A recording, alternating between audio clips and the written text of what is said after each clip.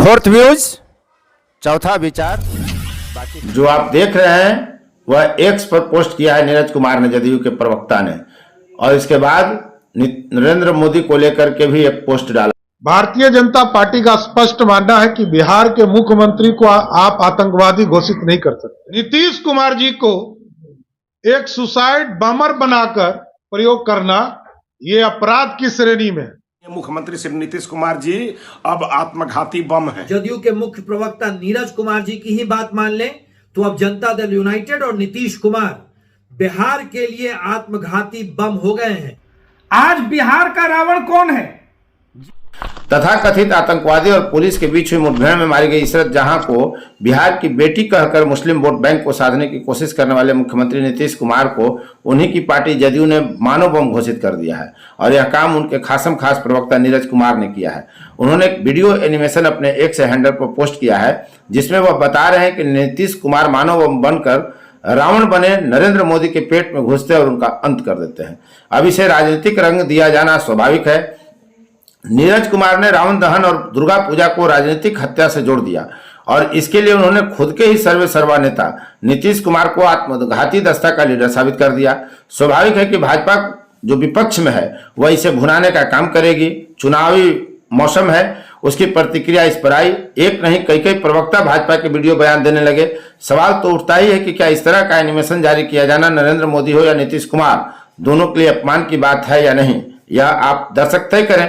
क्या किसी देश के प्रधानमंत्री को रावण के रूप में दिखाया जाना और उसकी राजनीतिक हत्या करने के लिए एक मुख्यमंत्री को मानव बम का रूप देने की सोच को सही ठहराया जा सकता है?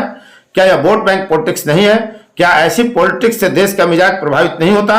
अब जब एक दल ऐसा करेगा तो स्वाभाविक है कि दूसरा दल भी इसका राजनीतिक लाभ लेने का प्रयास करेगा और यही हुआ। इस वीडियो से पहले भी नीरज कुमार ने सम्राट चौधरी को दशानन के रूप में दर्शाते हुए कई तरह के प्रश्न पूछे थे। स्वाभाविक है कि भाजपा की प्रतिक्रिया तीखी आनी थी तो आई। इस दशानन नरेंद्र मोदी रावण भाजपा जदयू के गुत्थम गुत्था का राजनीति पर क्या असर पड़ेगा? 2024 का लोकसभा और 2025 का बिहार विधानसभा चुनाव कितना प्रभावित होगा यह तो नहीं कहा जा सकता। लेकिन फिलहाल देखें कि भाजपा के प्रवक्ताओं और उनके प्रदेश अध्यक्ष सम्राट चौधरी ने क्या कहा। आप देख रहे हैं फोर्थ व्यूज। आपसे अपेक्षा है कि यूट्यूब प्लेटफॉर्म पर फोर्थ व्यूज को सर्च कर सब्सक्राइब करिए और शेयर, लाइक व कमेंट करिए। यहाँ आपको राजनीतिक घटनाओं का 360 डिग्री विश्लेषण मिलेगा, एकदम बेबाक। तो फिर देखिए कि क्या कह रहे हैं भाजपा के प्रवक्ता अरविंद सिंह, जयराम विप्लव, कुंतल कृष्ण एवं राम सागर सिंह तथा खुद भाजपा के प्रदेश अध्यक्ष सम्राट चौधरी। जनता दल यूनाइटेड के प्रवक्ता श्री नीरज कुमार जी ने अब मान लिया है कि माननीय मुख्यमंत्री श्री नीतीश कुमार जी अब आत्मघाती बम हैं और उन्होंने ये भी मान लिया है कि अब अलकायदा और लश्कर तोयबा के जैसा जदयू हो गया है और ओसामा बिन लादेन के राह पर माननीय मुख्यमंत्री नीतीश कुमार जी चल रहे हैं। चूंकि उनको पता है कि सच की विजयी होती है, जो सच है वो सच है। लेकिन आत्मघाती बम बनाने के लिए और बताने के लिए कि माननीय मुख्यमंत्री नीतीश कुमार जी बिहार के लिए अब आत्मघाती बम हो चुके हैं और लश्कर तोयबा और हमास के राह पर हैं, इसलिए माननीय जदयू के प्रवक्ता नीरज कुमार जी को बहुत बहुत बधाई, शुभकामनाएं कि उन्होंने बिहार के जनता को आगाह किया कि नीतीश कुमार से होशियार हो जाएं, चूंकि ये आत्मघाती बम बन चुके हैं। इस देश के प्रधानमंत्री माननीय नरेंद्र मोदी जी का विरोध करते हुए जनता दल यूनाइटेड और जनता दल यूनाइटेड के नेता इस निम्न स्तर पे पहुंच गए हैं कि वो अब नीतीश कुमार को आत्मघाती बम बता रहे हैं। जदयू के मुख्य प्रवक्ता नीरज कुमार जी की ही बात मान लें तो अब जनता दल यूनाइटेड और नीतीश कुमार बिहार के लिए आत्मघाती बम हो गए हैं। यह वही बात है जिस तरीके से पूरे विश्व में आतंकी संगठन अल कायदा और बाकी के इस्लामिक आतंकी संगठन आत्मघाती बम की तरह पूरे विश्व का विनाश करने पर तुले हुए हैं। बिहार के लिए भी नीतीश कुमार उसी आत्मघाती बम की तरह हो गए हैं जो अपना तो समूल नाश करेंगे ही करेंगे, बिहार का भी विनाश करने पे तुल गए हैं। सिर्फ कुर्सी पे बचे रहने के लिए उन्होंने बिहार में जंगल राज की वापसी करा दी है और इस देश के यशस्वी प्रधानमंत्री माननीय नरेंद्र मोदी का विरोध कर रहे हैं। आज बिहार का रावण कौन है? जिनके सत्ता में भागीदार बनते ही बिहार में जंगल राज की वापसी हो गई, आम नागरिकों से लेकर पुलिस कर्मियों तक की हत्या हो जा रही है। सरेआम महिलाओं को नग्न कर घुमाया जाता है। हत्या, लूट, अपहरण, बलात्कार की खबरों से हर जिले का अखबार रंगा हुआ है। शिक्षक भर्ती में घोटाले सामने आ जाते हैं। सिपाही भर्ती की परीक्षा रद्द हो जाती है।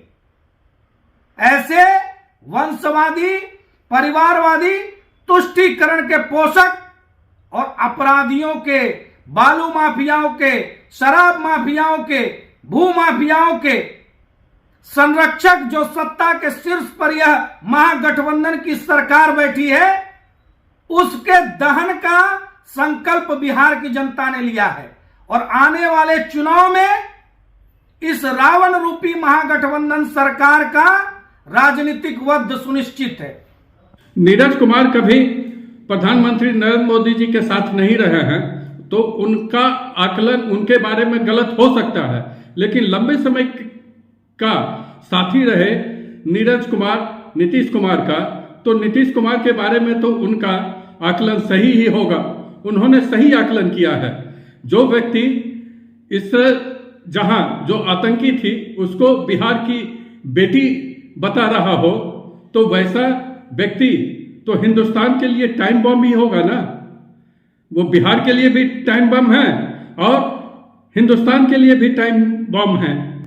जो पार्टी हमास का समर्थन करता हो, जो नेता उसके सिद्धांतों को आगे बढ़ाता हो, जो बख्तियार खिलजी के विचारों को आगे बढ़ाने की बात करता हो नीतीश कुमार, वैसे लोगों के बारे में तो नीरज का आकलन सही ही है कि वो टाइम बम है। नीरज कुमार ने कहा है कि अगर हमने कोई गलती की है तो हमको गिरफ्तार करिए, ट्विटर बंद है। देखिए, एक चीज समझिए, भारतीय जनता पार्टी का स्पष्ट मानना है कि बिहार के मुख्यमंत्री को आप आतंकवादी घोषित नहीं कर सकते।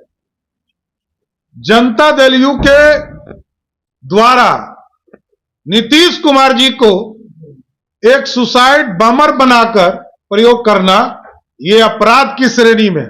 मैं नीतीश कुमार जी से मांग करता हूं कि आप बिहार के गृह मंत्री हैं और आप में यदि हिम्मत है, आप ही का इमेज खराब हुआ है, आप एक मुख्यमंत्री से सुसाइड बमर हो गए, इससे बड़ा दुर्भाग्य क्या होगा। इसलिए तुरंत कार्रवाई करनी चाहिए जनता दल में। यदि अब तक आपने इस चैनल को सब्सक्राइब नहीं किया है तो चैनल को सब्सक्राइब कर लें, शेयर, लाइक, कमेंट जरूर करें और हाँ, और नोटिफिकेशन वाली बेल आइकन की जो घंटी है उसको जरूर दबाएं ताकि आपके पसंद का वीडियो सबसे पहले आप तक पहुंचे। आप देख रहे थे फोर्थ व्यूज, मैं उपेंद्र कश्यप। जय हिंद। फोर्थ व्यूज, चौथा विचार, बाकी फिर